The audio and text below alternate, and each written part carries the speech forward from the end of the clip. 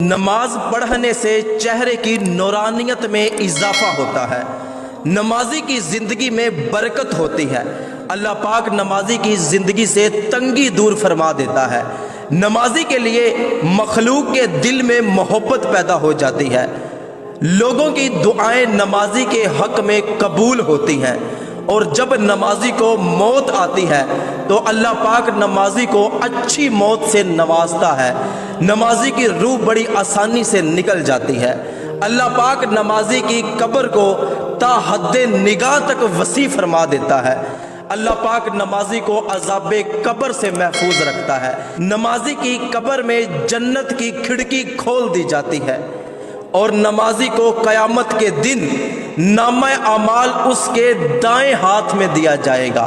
نمازی قیامت کے دن پل صراط آسانی سے پار کر جائے گا، قیامت کے دن نمازی اللہ پاک کے